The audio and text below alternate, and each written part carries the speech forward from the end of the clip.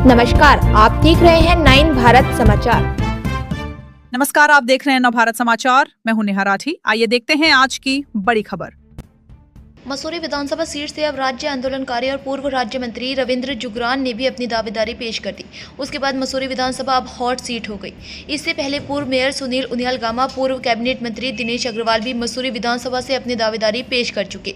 वहीं अब रविंद्र जुगरान की दावेदारी के बाद शहर में चर्चाओं का बाजार गर्म हो गया। 3 बार से मसूरी विधायक रहे गणेश जोशी की मुश्किलें एक बार फिर बढ़ती नजर आ रही। हालांकि उन्होंने दावा किया है कि सभी को अपनी दावेदारी पेश करने का अधिकार है और उन्हें पूरा भरोसा है कि पार्टी फिर उन पर अपना विश्वास जताएगी और जीतने वाले प्रत्याशी को मसूरी विधानसभा सीट के टिकट से दिया जाएगा। राज्य आंदोलनकारी और पूर्व राज्य मंत्री रविंद्र जुगरान द्वारा आज एक प्रेस वार्ता का आयोजन किया, जिसमें उन्होंने कहा कि उनका जन्म मसूरी में ही हुआ है और पिछले 36 सालों से सामाजिक और एक्टिविस्ट के रूप में कार्य करते आ रहे। लेकिन उन्होंने कहा कि सरकार चाहे किसी की भी रहे, लेकिन उनके द्वारा जनहित को सदैव सर्वोपरि माना है और जनहित के मुद्दों पर लगातार जनता की आवाज़ को सरकार और अधिकारियों तक पहुंचाने का प्रयास किया। पत्रकारों से बातचीत करते हुए उन्होंने कहा कि पार्टी हाईकमान पूरी जांच पड़ताल के बाद ही प्रत्याशी का चयन करता है और उन्हें उम्मीद है कि इस बार मसूरी विधानसभा की जनता की सेवा करने का उन्हें अवसर दिया जाएगा। उन्होंने कहा कि किसी का टिकट काटना उनका उद्देश्य नहीं है और भारतीय जनता पार्टी हमेशा नए चेहरों को मौका देती है।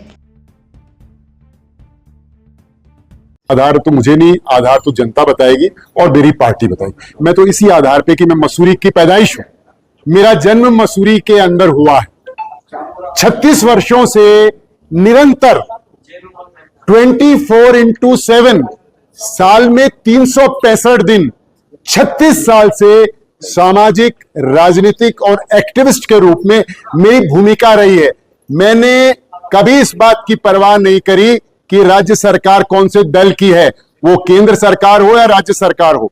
जनहित को मैंने सर्वोपरि माना। मैंने न्याय को, ईमानदारी को, शुचिता को, पारदर्शिता को, नैतिकता को, मूल्यों को, उच्च सिद्धांतों को और धर्म को सबसे पहले स्थान दिया। मेरे लिए सबसे बड़ी यहाँ की जनता और अपना स्टेट है जो राज्य निर्माण की मूल अवधारणा के अनुरूप आगे जिसको ले जाना है। और इस बात का प्रमाण यह है कि इन 25 वर्षों में, 26 वर्षों में मेरी 26-27 जनहित याचिकाएं supreme court, Uttarakhand high court और इलाहाबाद हाई कोर्ट भी लगी हैं।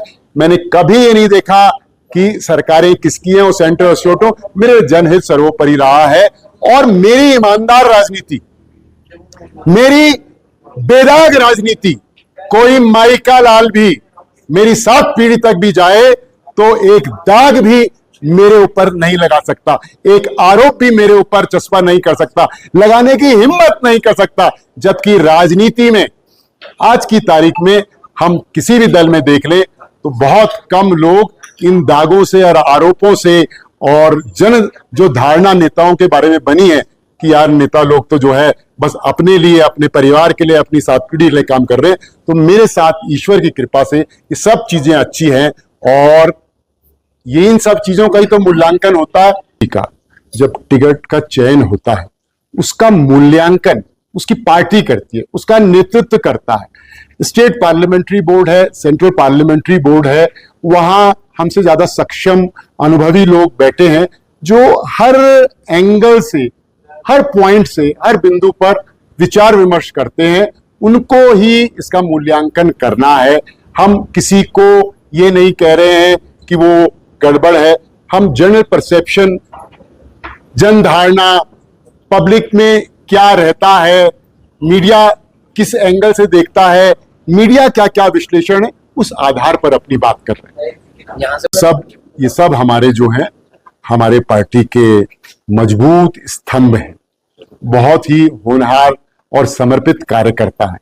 किसी भी पार्टी या दल में कोई भी आदमी काम कर रहा हो तो उसका ये राइट है, उसका ये अधिकार है कि वो चुनाव लड़ने के लिए दावेदारी भी कर सकता है, पर्चा भी भर सकता है, जनता के बीच में अपनी बात को रख सकता है, अपने पार्टी के नेतृत्व को अपनी भावनाओं से अवगत भी करा सकता है। तो हम जो लोग भी ऐसा कह रहे हैं, हम उनका भी अभिनंदन करते हैं, उनका भी स्वागत करते हैं और उन लोगों के साथ सब लोग मिलके कंधे से कंधा मिलाकर मसूरी के हित में, इस क्षेत्र के हित में, इस मसूरी जो अंतर्राष्ट्रीय स्तर पर पर्यटन की दृष्टि से विख्यात है, सुविख्यात है।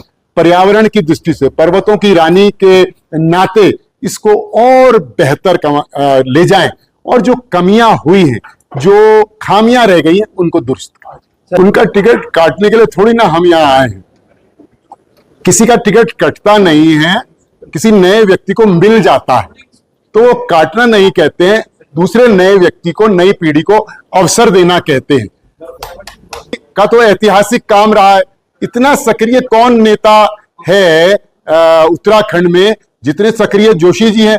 जोशी जी का एक पैर देहरादून में है तो एक पैर मसूरी में है, एक पैर सुआखोली में है तो एक पैर भिलाड़ू में है और एक पैर भगवंतपुर में है। इतने सक्रिय नेता को हमारी हमेशा शुभकामनाएं हैं। पिछले चुनाव में भी हमने उनके चुनाव में काम भी किया, आए भी, समर्थन भी मांगा और हमारा किसी के टिकट को काटना या छीन के लेने का कोई उद्देश्य नहीं है। हम लोग अपनी बात कहने आए हैं और कमल का फूल ही हमारा सिंबल है। व्यक्ति मायने नहीं कर सकते, वो राम भी हो सकता है, श्याम भी हो सकता है, बलराम भी हो सकता है, धनी राम भी हो सकता है और राम सिंह भी हो सकता है। स्थानीय जनता है, मसूरी में जो लोग 40 साल से रह रहे हैं, 50 साल से रह रहे हैं, तीसरी पीढ़ी के रह रहे हैं या जो अभी 20 साल से यहाँ काम करने आए, उनको आवास की समस्या है। एक कमरा, 2 कमरा वो कहां बनाएंगे? उनके सामने तो प्रॉब्लम आ जाती है। लेकिन बिल्डर आता है, होटलियर आता है, बड़ा पूंजीपति आता है, उसके लिए कोई प्रॉब्लम नहीं होती, उसके लिए सारे नियम एक तरफ। तो सबसे बड़ा आवास का इश्यू, ट्रैफिक कंजेक्शन का इश्यू है, पार्किंग का इश्यू है, स्वास्थ्य सेवाओं का इश्यू है। ये तो इंटरनेशनल टूरिस्ट डेस्टिनेशन है। यहाँ की स्वास्थ्य व्यवस्थाएं इतनी सुदृढ़ होनी चाहिए कि जौनपुर का आदमी भी अगर आए तो वो यहाँ आए स्वास्थ्य के लिए, इधर चंबा से कोई आना चाहे तो इधर आए स्वास्थ्य के लिए, मसूरी के 30 किलोमीटर के दायरे में कोई आना चाहे तो इधर आए स्वास्थ्य के लिए। हमारा जो टूरिस्ट है, जो लोकल टूरिस्ट है यानी कि उत्तराखंड का या देश का, वो आए तो वो इस माइंडसेट के साथ आए कि यार मसूरी घूमने जा रहे हैं। कोई बुजुर्ग भी आए, कोई छोटा मोटा प्रॉब्लम होगा, सीवियर भी होगा तो तुरंत कैटर होगा। तो मसूरी में स्वास्थ्य सेवाओं को और सुदृढ़ और बेहतर करने की आवश्यकता है। मसूरी के अंदर मैंने फिर कहा, अब मसूरी की जो क्षमता है, इसकी जो कैपेसिटी है वो समाप्त होते जा रही है। तो मसूरी को आसपास 20 किलोमीटर के दायरे में छोटी छोटी टाउनशिप्स जहां 5000 आवास बनाए जा सकते, 5000 लोगों के लिए व्यवस्था की जा सकती हो। 1000 आवास से शुरू करिए, कहीं 2000 की गुंजाइश है तो 2000 बनाइए। यानी 30-40 हजार की जो पॉपुलेशन है वो मसूरी के इर्द गिर्द 20 किलोमीटर के दायरे में, मसूरी ए, मसूरी 2, मसूरी 3, मसूरी 4 क्यों नहीं बन सकता है? आप योजना बनाइए तो अगले 5 साल में रास्ता भी बन जाएगा, खाका भी तैयार हो जाएगा। और जो लोकल हमारी भवन निर्माण शैली है, कंक्रीट का जंगल खड़ा नहीं करना है, लोकल भवन निर्माण शैली और इको फ्रेंडली, उससे आप खड़ा करिए। तो ये इंपॉर्टेंट इश्यूज हैं मसूरी के लिए। 15 साल से विधायक गणेश जोशी जी ने तो आवासीय कॉलोनी बना नहीं पाई। हाँ, क्या कहेंगे उसमें? नहीं, देखो, जोशी जी के प्रयास में कभी कोई कमी नहीं रही।